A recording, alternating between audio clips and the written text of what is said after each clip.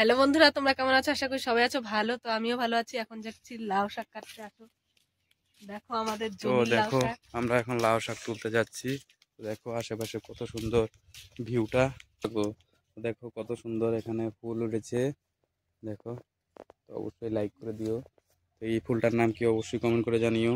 কোথায় যাও? রোদ তো উঠছে। দেখো এই জায়গায় এই যে দেখো এই যে এই যে দেখো আমার বরকে পাঠালাম লাউ আনতে, কারণ ওইখানে অনেক যোগ আছে, তার জন্য আমি গেলাম না, কারণ আমি প্রচুর যোগ দেখে ভয় পাই। তাই বরকে পাঠালাম। ওই যে বর দেখো লাউ একটা পাতা সহকারে নিয়ে সব। তো লাউয়ের পাতাও আনতে হয়, কিন্তু লাউয়ের কাটার সঙ্গে সঙ্গে।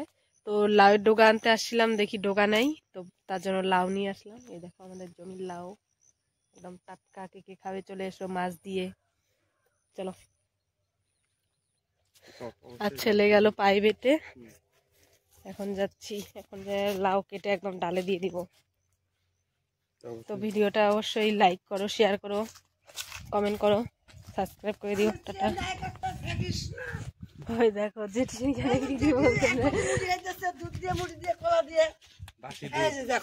দেখো জেঠির কিন্তু শরীর খারাপ, তাও জেঠি বাসি দুধ খায়। তোমরা অবশ্যই কমেন্ট করে বলো বয়স্ক মানুষের যে বাসি দুধ খাওয়া উপকার না অপকার, তোমরাই বলো। জেঠি বলতেছে খাইতে হয়।